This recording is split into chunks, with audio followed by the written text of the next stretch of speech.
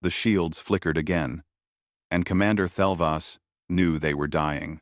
The insectoid officer's 4 arms moved across the control panel with practiced speed, but no amount of skill could change the numbers. 12% shield strength. Maybe 20 minutes before the crash broke through. "Commander, the eastern sector is collapsing," called out one of the defenders. The voice belonged to a Lumine, a being made of living crystal that pulsed with anxious orange light. All across the station's command center, different species worked together in their final moments. They had tried, they had fought, but the Kresh swarm had brought too many ships. Thelvas looked at the tactical display. 43 Kresh warships surrounded Kepler Station, like predators circling wounded prey. The station's defenses had destroyed 11 of them. But it wasn't enough. It was never going to be enough. "Any response from the Galactic Council?" Thelvas asked, though he already knew the answer. Dr. Sarah Brightshard, the Lumine scientist in charge of the research division, dimmed to a sad blue color. "The same message, Commander. We are classified as acceptable losses. No reinforcements are coming. Acceptable losses." Those words tasted like poison. Kepler Station housed 30,000 souls from a dozen different species. Research scientists, traders, families, children.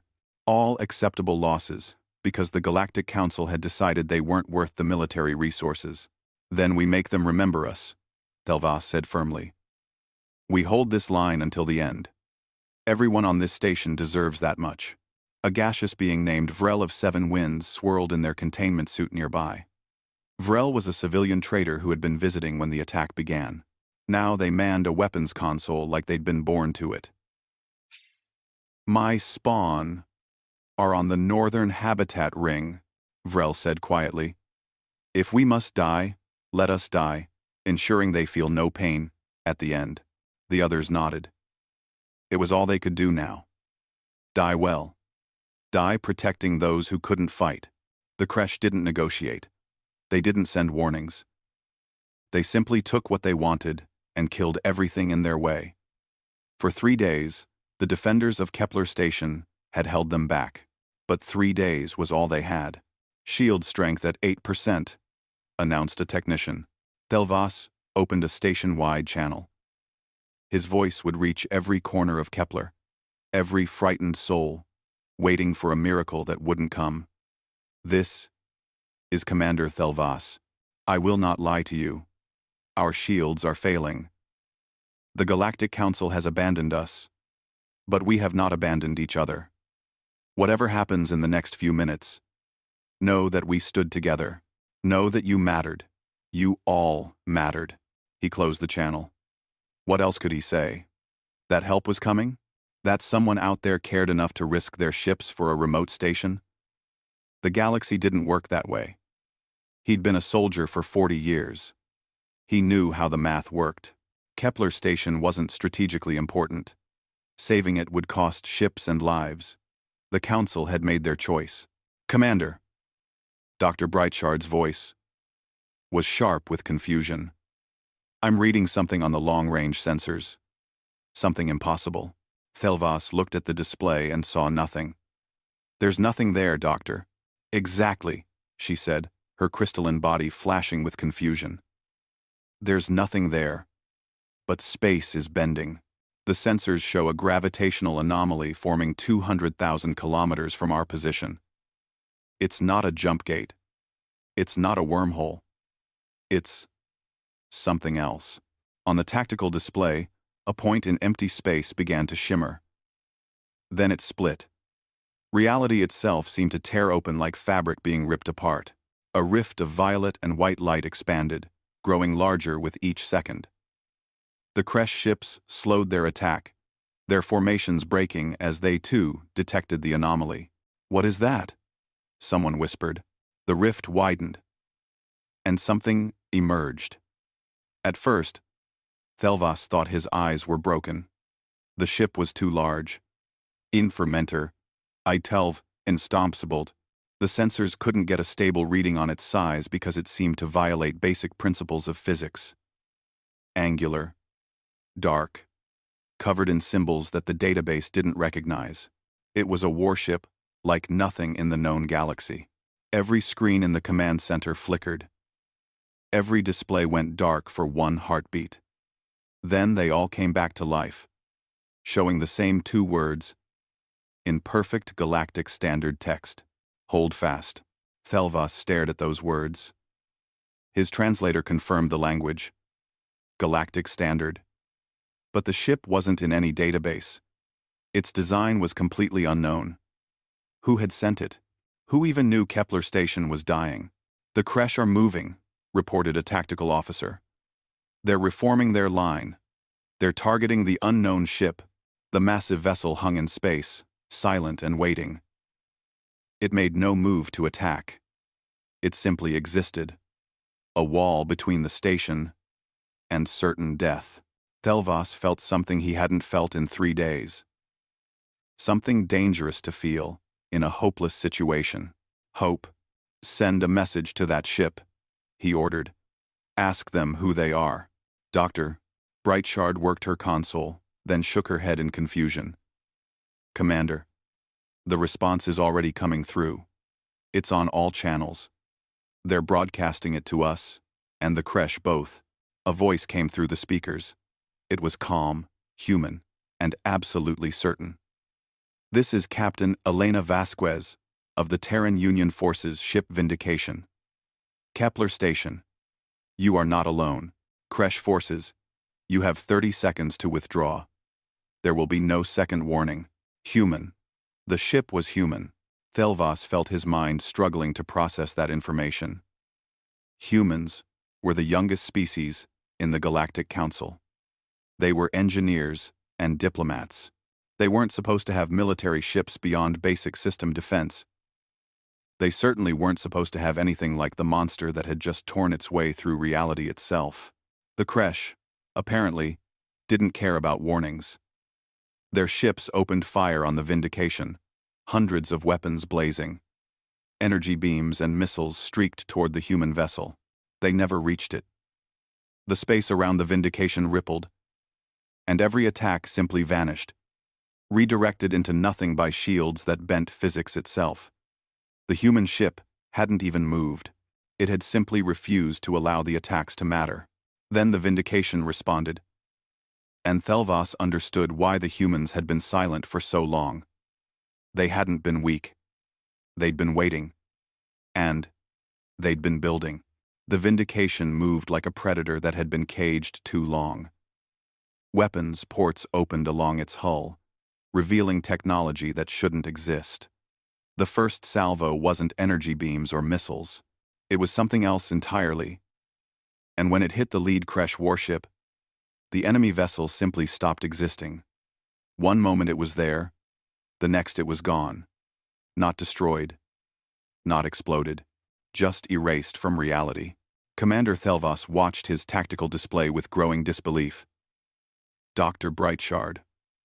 What kind of weapon was that? The Luminae scientist's crystalline form pulsed with rapid calculations, her colors shifting through confusion and awe. It's like the weapon unmade the ship at a quantum level. This technology is decades beyond anything in our databases. 3 more Kresh ships vanished in silent flashes of impossible physics. The remaining Kresh fleet tried to scatter, but the Vindication launched fighters. Small, fast craft poured from the Dreadnought's bays, moving with precision that seemed unnatural. They flew in patterns that suggested both human pilots and artificial intelligence working in perfect harmony, each complementing the other's strengths. By the ancestors. Vrel of 7 Winds whispered from their containment suit. Those fighters are predicting Kresh movements before they happen. It was true. Every time a Kresh ship tried to maneuver, the human fighters were already there, cutting off escape routes and forcing the enemy into kill zones. The Vindication's main weapons carved through the Kresh formation with surgical precision. This wasn't a battle. It was an execution. Thelvas pulled up the historical database on humanity with trembling hands. The file was small. Humans had joined the Galactic Council only 50 years ago as a protectorate species. Young, enthusiastic, eager to learn, they were known for engineering talent and stubborn diplomacy. Their military was restricted by treaty to system defense only. Small patrol ships, defensive stations, nothing that could threaten Council space. They were peaceful, Thelvas said aloud. We protected them. They were the ones who needed protection. Dr. Brightshard's light shifted to a somber purple. Look at the date on their last military assessment, Commander. 5 years ago. What happened 5 years ago? Thelvas searched the records. 5 years ago, 3 human colony worlds had been raided by pirates. The humans had sent 47 distress calls to the Council. 47 desperate pleas for help. The Council had classified those colonies as acceptable losses, not worth the military resources. The pirates had killed thousands before human system defense could respond. Oh no, Thelvas breathed. We taught them. We taught them that the galaxy doesn't help the weak. And they learned, Dr. Brightshard said quietly. They just didn't learn the lesson the Council expected. On the tactical display, the Vindication had cut the Kresh fleet in half. 15 enemy ships were gone, erased by weapons that defied understanding. The remaining Kresh tried a desperate kamikaze run at Kepler Station, hoping to at least complete their mission by destroying the station itself. They never got close. The Vindication's point defense systems created a shield of intersecting fire so dense that nothing could pass through. Kresh ships exploded against the barrier, like insects against a wall. The last 10 Kresh warships broke formation and ran. They jumped to faster than light speed, fleeing in different directions. The Vindication didn't pursue. It simply hung in space, its massive bulk positioned between the station and the direction the Kresh had come from. Protecting. Guarding. Kepler Station's command center was silent. 30,000 lives had been saved, but the defenders didn't cheer. They were too shocked. Too confused. The humans had just revealed themselves as potentially the most dangerous military force in known space, and they'd done it to save a station the rest of the galaxy had abandoned. Commander, one of the technicians said nervously. A shuttle is launching from the human ship. It's requesting docking permission. Thelvas straightened his uniform. His hands were shaking slightly. Grant it. Prepare a reception in Docking Bay 3. And someone contact the Council. Tell them what just happened. Sir, the technician replied. The Council already knows. The humans broadcast the entire battle on all frequencies. Everyone saw it. Everyone. The entire galaxy had just watched humans break every treaty restriction on their military. They'd watched an unknown human warship tear through a Kresh fleet, like it was nothing, and they'd watched the humans do it to save people the Council had written off. Dr. Brightshard approached Thelvas. Her crystalline form was a swirl of conflicting colors. Commander, should we be grateful or afraid? It was a good question. The humans had saved them, yes, but they'd also lied. They'd hidden this capability for years, building weapons in secret, while the galaxy thought them harmless. What else were they hiding? Both, Thelvas answered honestly. We should be both. He made his way to the docking bay, gathering a small honor guard of defenders. When the human shuttle docked, the airlock opened to reveal 3 figures in dark uniforms. The leader was a woman with short dark hair and a scar across her left cheek. Her uniform bore insignia that Thelvas didn't recognize, but her bearing screamed military experience. Behind her stood a tall man with kind eyes, and another human woman who looked at the station's bulkheads with an engineer's appreciation. The scarred woman stepped forward and gave a small bow of respect. Commander Thelvas, I'm Captain Elena Vasquez of the Vindication. This is Lieutenant Commander Kwame Osei and Chief Engineer Maria Santos. We're glad we arrived in time. Thelvas returned the bow, though his mind was racing. Captain Vasquez, on behalf of Kepler Station, I thank you for our lives. But I must ask, what is the vindication? Our databases have no record of ships like yours. The treaties restricting human military development should have made such a vessel impossible. Captain Vasquez met his eyes. There was no shame in her gaze. No apology. The treaties restrict our military to system defense. Commander, the Vindication and her sister ships defend our systems. We just choose to define our system more broadly than the Council expected. Any place where our friends are dying is part of the system we defend. Sister ships? Dr. Brightshard asked, her colors flashing with alarm. Chief Engineer Santos smiled slightly. The Vindication is one of 12, each positioned in a different sector that the Council has classified as acceptable loss zones. We've been watching, waiting for moments like this. 12 dreadnoughts, hidden in deep space, built in secret over 5 years. Thelvas felt the full weight of what humanity had accomplished. They'd been so angry at being abandoned that they'd built an entire shadow fleet to ensure no one else would suffer the same fate. You're breaking the treaties, Thelvas said. Though he wasn't sure if he was accusing or simply stating fact, Captain Vasquez nodded. Yes, Commander. We are, and we'll face the consequences of that. But we will not apologize for refusing to let good people die when we could save them. The Council taught us that the galaxy only respects strength. So we became strong. But unlike the Council, we didn't forget what strength is for. She looked around at the defenders, at the mixed species who had stood together against impossible odds. It's for protecting people who can't protect themselves. It's for standing between the innocent and those who would harm them. That's what you did here for 3 days. The only difference is, we have bigger ships. The conference room on Kepler Station had seen many diplomatic meetings, but never one like this. Commander Thelvas sat across from Captain Vasquez, trying to organize his thoughts into coherent questions. Doctor. Anderthelv. Brightshard pulsed with anxious colors beside him, while Vrel of Seven Winds hovered in their containment suit near the door. Around the table sat representatives from each species that called the station home.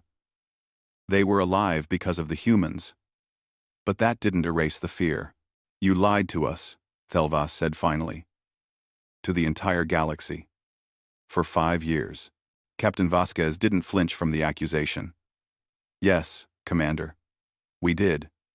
Would you like to know why? I believe I already know. Thelvas replied. 5 years ago, your colonies were attacked. You called for help, and none came. Lieutenant Commander Osei leaned forward, his voice gentle but firm. 47 distress calls. Commander, 47 times, we begged the Council to send help. Our people were dying. Our children were dying. And the Council said we were acceptable losses. Dr. Brightshard dimmed to a sad blue. I remember hearing about those attacks. The Council said that sending military aid would destabilize regional politics. That it would set a precedent of intervention. I'm sorry. I didn't speak against the decision. None of us did. And that's when we learned the truth, Captain Vasquez said. The galaxy is cruel. The galaxy only helps those strong enough to defend themselves. So, we made ourselves strong. We followed the letter of your treaties while breaking the spirit of them. We built ships in deep space, in systems the Council didn't monitor. We developed weapons that would make the galaxy respect us. Respect or fear you, a Chitara representative said quietly. Perhaps both. Vasquez acknowledged. Fear and respect are often the same thing in galactic politics. We've learned that lesson well. Thelvas studied the human captain. She looked tired, like someone who'd been carrying a heavy weight for too long. What do you want from us, Captain? Why save Kepler Station? We're not a human colony. No. Vasquez agreed. But your people, living beings who deserved help. We saved you because it was the right thing to do. Because 5 years ago, we swore that we would never let what happened to us happen to anyone else if we had the power to stop it. Chief Engineer Santos pulled up a holographic display. It showed a map of the galaxy with 12 points marked in different colors. These are the positions of our dreadnoughts. Each one is stationed near a region the Council has classified as acceptable loss zones, places where the Council won't send help if there's trouble. We monitor those zones constantly. You're building an empire, Thelva said, though he didn't quite believe it even as he said it. No, Vasquez said firmly. An empire conquers and rules. We protect and leave. We don't want your territory or your resources. We don't want you to bow to Earth. We just want you to live. After we finish repairs here, the Vindication will return to her patrol route. You'll probably never see us again, unless you need us. Vrel of Seven Winds swirled in their suit. Then you are mercenaries? You will charge us for this rescue? Lieutenant Commander Osei shook his head. We're not mercenaries, Vrel. We don't fight for profit. We fight because no one should die alone and afraid, calling for help that never comes. We know what that feels like. We won't let others experience it if we can prevent it. A long silence fell over the room. Dr. Brightshard was the one who finally broke it. What happens now, Captain? The Council will not accept this. They'll demand you dismantle your fleet. They'll threaten sanctions, isolation, possibly military action. Let them, Vasquez said calmly. We're done pretending to be weak, so the Council feels comfortable. We're done watching good people die, because the math doesn't work out in their favor. The age of acceptable losses is over. You're starting a war, Thelva said. No, Commander. We're ending one. The war between those who have power and those who need protection. For too long, the powerful have decided who deserves to live, based on convenience and politics. We're offering a different choice. What choice? Asked a Lumine researcher. Captain Vasquez stood and walked to the window overlooking the docking bay. The Vindication floated in space beyond, dark and powerful and impossible to ignore. The Council can condemn us if they want. They can call us lawbreakers and treaty violators. They can try to force us to submit, but here's what they can't do anymore. They can't declare people acceptable losses and expect those people to just accept their fate.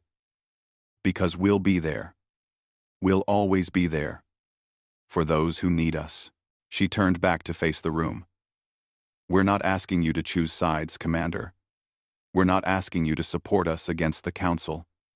We just want you to know that you have friends, that someone is watching the dark places where the Council doesn't look. That help is coming if you ever need it again. Thelvas thought about the last 3 days. The fear, the certainty of death, the abandonment by those who were supposed to protect them. Then he thought about the moment the void split open and the Vindication appeared. The message, hold fast. The promise that they weren't alone. The Council will ask us to testify against you, he said. They'll want us to condemn your actions. That's your right, Vasquez said. We saved you so you could make your own choices. Not so you'd owe us. If you believe the Council is right, then say so. We won't hold it against you. Dr. Brightshard's colors shifted through a rainbow of emotions. You really mean that? You'd accept our condemnation? We'd be disappointed, Lieutenant Commander Osei admitted. But yes, we'd accept it. Freedom means the freedom to disagree with us. We're not here to force our beliefs on anyone. Vrel of Seven Winds made a sound like laughter in their suit. You are the strangest warriors I have ever encountered. Most species with power like yours would be making demands, taking control. Instead, you save us and then offer to leave. That's because we remember what it's like to be powerless, Vasquez said softly. We remember crying for help and hearing silence. We promised ourselves we'd never become the kind of people who ignore those cries. Power is a tool, Vrel. It's not an excuse to dominate. It's a responsibility to protect. Chief Engineer Santos brought up another display. Captain, we're getting messages from across the galaxy. Other stations in acceptable loss zones are requesting our presence. Some of them are under attack right now. Vasquez nodded. Send the coordinates to the nearest dreadnoughts. Make sure someone responds to every request. She looked back at Thelvas. You see, Commander? This is what we've become. Not conquerors, not an empire. Just people who refuse to let others die when we can help. Thelvas stood and offered his hand in the human gesture of agreement. Then perhaps the Council needs to learn what we just learned. Captain, that strength without compassion is tyranny, but compassion without strength is just pretty words. You've found the balance. Vasquez shook his hand. We're trying, Commander. We're trying. Vasquez! We're trying. As the human delegation prepared to return to their ship, Thelvas watched them go and realized something profound. The galaxy had thought they were teaching humanity to know their place. Instead, humanity had taught themselves a different lesson entirely. They'd learned that their place was wherever someone needed help, and they'd built the strength to stand there, no matter who objected. The void had split open, and a human dreadnought had entered. But more importantly, humanity had split open the old rules of galactic politics, and nothing would ever be the same.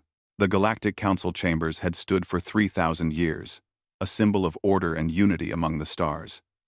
Today, that order was crumbling. Ambassador representatives from 200 species filled the chamber, and every single one of them was shouting, "The humans have violated the Defense Restriction Treaty," roared the Kresh ambassador, their chitinous body trembling with rage. "They have built weapons of war in direct violation of Council law." "They saved 30,000 innocent lives," countered a small Lumine delegate.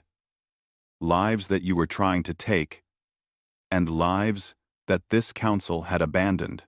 The council leader, an ancient being called the Archon, raised one crystalline appendage for silence. The gesture was mostly ignored. The chamber remained in chaos. For the first time in living memory, the council couldn't control its own members. "The question before us is simple," the Archon said, their voice resonating through the chamber. "Do we condemn humanity for breaking our treaties? Or do we acknowledge that they saved lives we had written off as acceptable losses?" A tall ambassador from the Vrel homeworld stood. "Perhaps the better question is this. Why did the humans feel they needed to build such weapons in secret? Could it be because 5 years ago, we let their colonies burn while they begged for help?" The chamber fell silent for a moment. It was the silence of collective guilt. "They were not council priority," the Kresh ambassador said. "Resources must be allocated efficiently. We cannot save everyone." "No," agreed a new voice. Commander Thelvas stepped forward, having been summoned to testify. "We cannot save everyone, but we can try.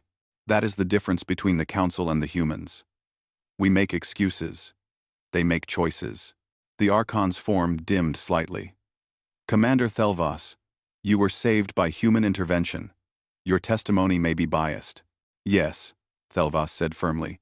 "I am biased toward those who saved my life and the lives of 30,000 others. I am biased toward those who came when no one else would. If that makes my testimony invalid, so be it." Meanwhile, across the galaxy in the Kresh Empire's command ship, the swarm mind was conducting its own analysis. The collective consciousness of the Kresh leadership studied the battle recordings from Kepler Station. They ran simulations, calculated probabilities, and reached a conclusion. "The humans are a threat," the swarm mind declared. "They possess technology beyond our understanding. They protect the weak. They disrupt our expansion. Then, we avoid human space," suggested one of the individual Kresh commanders. "No," the swarm mind said. "We test them. They protect aliens readily. But will they sacrifice themselves for their own kind with the same ferocity? We attack a human colony directly. If they are truly as committed as they appear, they will come. And we will destroy them." The target was selected. New Providence, A farming colony on the edge of human space. 10 million civilians. Minimal defenses. Perfect bait. Back on Kepler Station, life was slowly returning to normal, though normal now included human engineers working alongside station crew. Dr. Brightshard found herself sharing a meal with Chief Engineer Santos in the station's common area.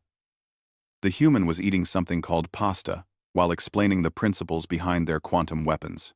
"I still don't fully understand," Brightshard admitted. "Your technology seems to rewrite physics." Santos smiled. "Not rewrite. We just found some loopholes. When the Council abandoned our colonies, we realized we couldn't rely on conventional weapons to protect ourselves. So we went unconventional. Way unconventional. But you were a peaceful species. Artists, dreamers, explorers." "We're still here," Santos said softly. "Every ship has a garden bay. Every dreadnought has a library and an art studio. We still write poetry and compose music and dream of distant stars. But we learned that dreamers need guardians. So some of us became the guardians, so the rest could keep dreaming safely." Brightshard pulsed a thoughtful purple. "That's a heavy burden to carry." "Yes," Santos agreed. "But someone has to carry it. Better us than no one." Across the galaxy, 3 other besieged locations received help that day.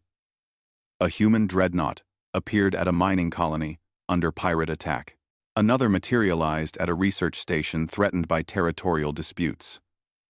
A third arrived to protect a refugee convoy from raiders. In each case, the pattern was the same. Overwhelming force applied precisely, threats neutralized efficiently. And then the humans left. No occupation, no demands, just protection and departure. Species that had never heard of humanity began learning about them quickly. The young race that was supposed to be weak and harmless. The race that had built 12 invisible guardians to watch over the forgotten corners of space. Requests for human protection flooded in. The Council couldn't stop it. They couldn't even slow it down. Their authority was bleeding away with every ship that requested human assistance instead of Council aid. Vrel of 7 Winds had become something of an unofficial ambassador, explaining humans to confused species. "They are strange," Vrel told a group of traders in the station's market. "They could demand payment, resources, allegiance. Instead, they ask for nothing. They simply help and leave." "It's deeply unsettling to species used to transactional relationships." "What do they want?" asked a trader. "That's what's unsettling," Vrel replied. "They want exactly what they say they want. For people to be safe. For no one to die alone. Calling for help that never comes. They live that nightmare. And they refuse to let others experience it. That's all." On the Vindication, Captain Vasquez was in her quarters when the priority alert came through. She read the message twice, feeling ice form in her stomach. New Providence was under attack. A Kresh fleet 3 times the size of the force that had attacked Kepler Station was descending on the agricultural colony. It was a trap. Obviously, a trap. The Kresh wanted to see if humans would defend their own people as fiercely as they defended aliens. They wanted to test human resolve, and they'd chosen a target that would force humanity to show its hand. Vasquez opened a channel to the bridge. "Set course for New Providence. Maximum speed. And send a message to all other dreadnoughts in range. We're going to need backup, Captain," Lieutenant Commander Osei said carefully. "If we leave, Kepler Station will be vulnerable. The Kresh might return." It was the impossible choice. Stay and protect the aliens they'd already saved, or go and defend human civilians. The kind of choice the Council faced constantly. The kind that led to the classification of acceptable losses. Vasquez was about to give the order when another communication came through. It was from Kepler Station. From Commander Thelvas.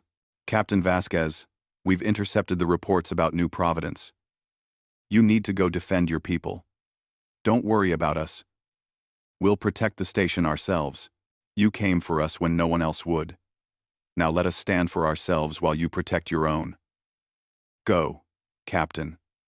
We'll hold here. Vasquez felt something tight in her chest loosen. Commander, are you sure? We learned from watching you, Captain, Thelvas replied. We learned that everyone matters.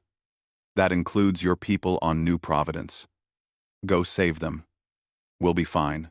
Dr. Brightshard's voice joined the channel. Besides, Captain, we're not defenseless. Your engineers have been teaching us about your shield technology. We're not completely helpless anymore. You gave us hope and knowledge. Let us use both. Vasquez smiled, though tears stung her eyes. Thank you, Commander. We'll return as soon as we can. We know you will, Thelvas said. That's what you do. You come back. You don't abandon people. Now go. Your civilians are counting on you, just like we counted on you. The Vindication turned and jumped to faster-than-light speed, heading toward New Providence. Behind it, Kepler Station prepared for the possibility of another attack, but they prepared with new confidence. They'd learned from humanity that strength wasn't just weapons. It was will. It was the refusal to accept defeat. It was choosing to protect others even when the easy path was to run or hide.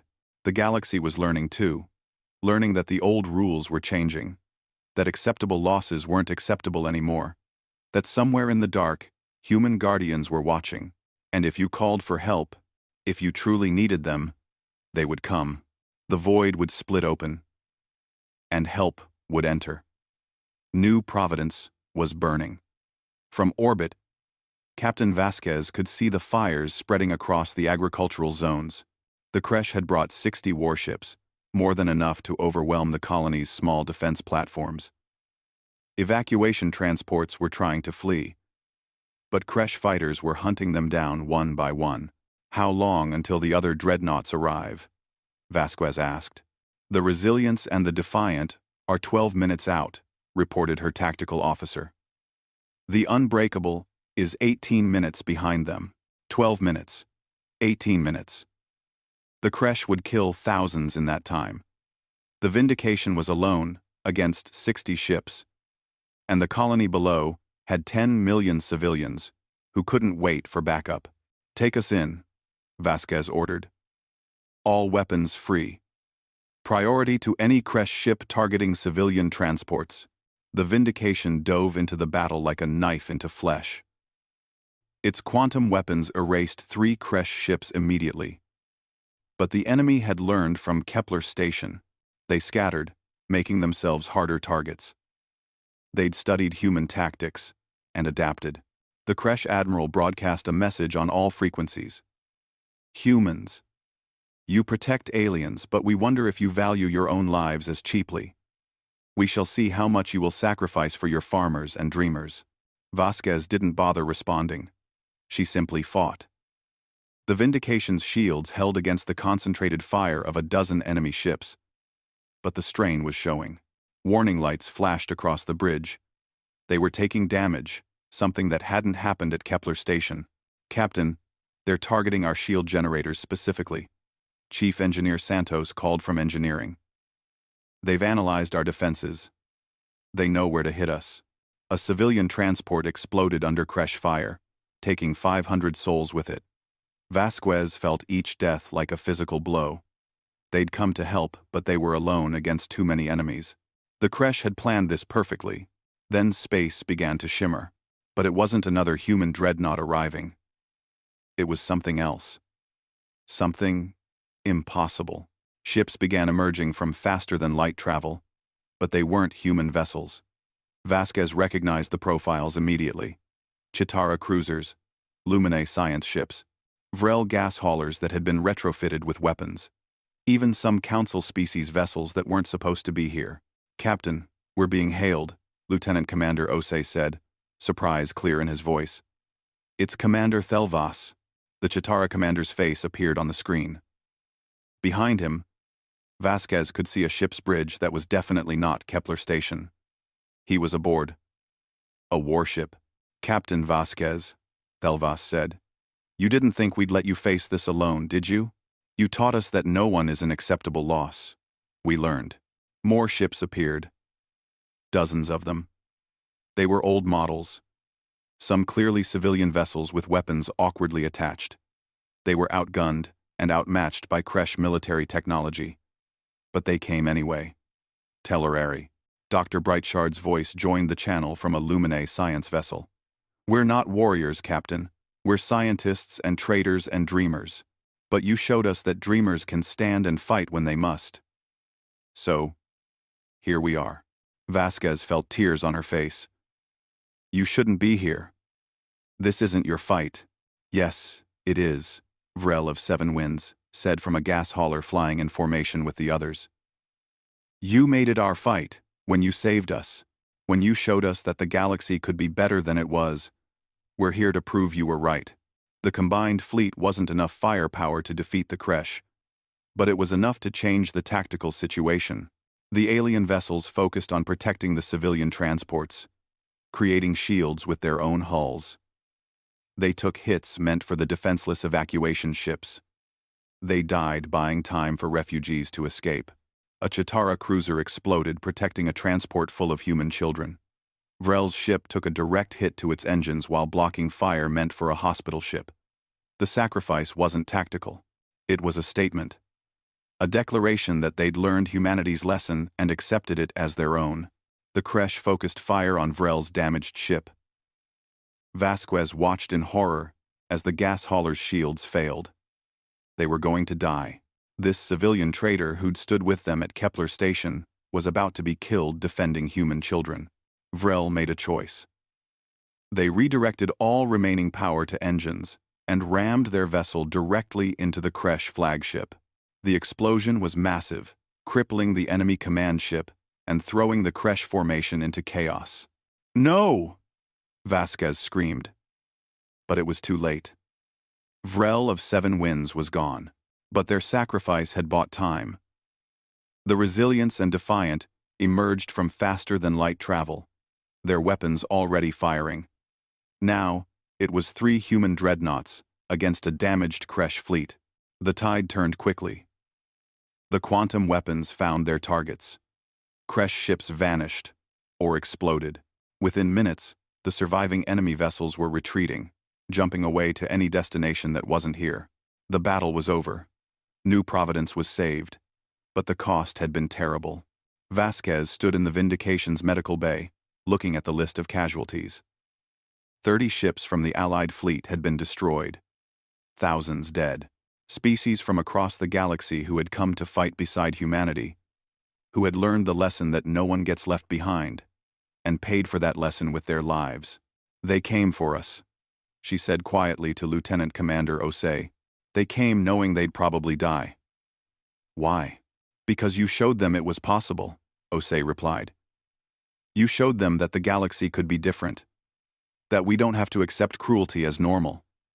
They saw hope, Captain. Real hope for the first time. And hope is worth dying for. The Galactic Council convened in emergency session. The images from New Providence had spread across every world. Council species helping humans. Non-military vessels sacrificing themselves for strangers. Civilians becoming warriors to defend the principle that all lives mattered. The Archon stood before the assembly. For the first time in 3,000 years, the council leader looked uncertain.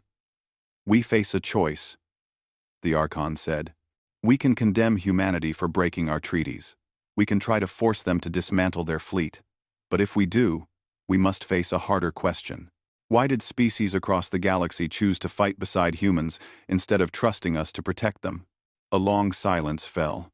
Because we failed them, Commander Thelvas said, standing among the observers. Because we created a galaxy where some lives matter and some don't, where protection is a privilege instead of a right. The humans didn't create this problem. They just refused to accept it. Then what do you propose? The Archon asked. We end the doctrine of acceptable losses, Thelvas said firmly. We create a true mutual defense pact, not one controlled by the Council, but one where every species has a voice. We admit that the old system was broken and build something better. And if we refuse? The Kresh ambassador demanded. Commander Thelvas looked at the assembly with steel in his eyes. Then you'll watch as more and more species leave the Council to join humanity's protection network. You'll become irrelevant. The humans have already won, Ambassador. They won the moment they showed us there was another way. The vote took hours. When it finished, the doctrine of acceptable losses was officially abolished. A new mutual defense compact was established. Voluntary and decentralized. The Council's power was diminished, but war was avoided. Captain Vasquez attended the memorial service for Vrel of Seven Winds on the Vrel homeworld. Thousands gathered to honor the civilian trader who had become a warrior in defense of strangers. Vrel's family approached Vasquez after the ceremony. Our parent died protecting your children, Vrel's offspring said. Why did you teach them such dangerous ideas? Vasquez met the young Vrel's eyes. I didn't teach Vrel to sacrifice themselves. I taught them that every life has value, that we protect each other because it's right, not because it's easy or safe. Vrel understood that better than most. They chose to live by that principle. I'm sorry it cost them their life, but I'm honored that they thought the principle was worth dying for. The young Vrel was silent for a moment, then said, Our family wishes to emigrate to New Providence, to live among the humans who our parent died protecting. Would that be acceptable? You'd be welcome, Vasquez said softly.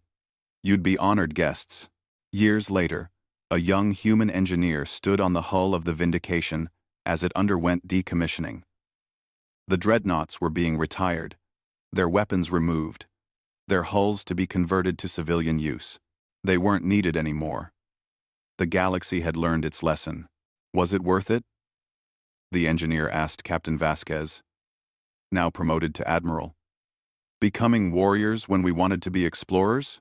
Vasquez looked at the space around them. Ships from 100 different species worked together on various projects. Mixed crews on research vessels. Joint defense patrols, where everyone contributed equally. A galaxy that had learned to value all lives instead of just some. We didn't become warriors instead of explorers, Vasquez said. We became warriors so everyone could explore safely, so everyone could dream without fear. That's the difference.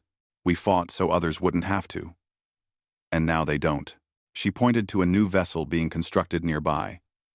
It bore the name Vrel of Seven Winds, and its crew would be mixed species, dedicated to responding to disasters and emergencies across the galaxy. That's what we taught them, Vasquez continued. Not how to fight, but why to fight. To protect, to stand together, to refuse to accept that some lives don't matter. The weapons are being retired because the lesson has been learned. And that lesson will outlive any dreadnought we ever built, the engineer smiled. So we won? Yes, Vasquez said. We won the moment the first alien ship arrived at New Providence to fight beside us. We won when the galaxy decided that acceptable losses were unacceptable. We won when hope became more powerful than fear. She looked out at the stars, at the galaxy that had once abandoned her people and now worked together in imperfect but honest cooperation. We split the void open and showed them another way. They chose to follow. That's the greatest victory anyone could ask for. In the distance, the last of the dreadnoughts powered down its weapons for the final time. The age of human guardians was ending, but the age of mutual protection, of shared responsibility, of refusing to abandon anyone to darkness, was just beginning, and that age would have no end.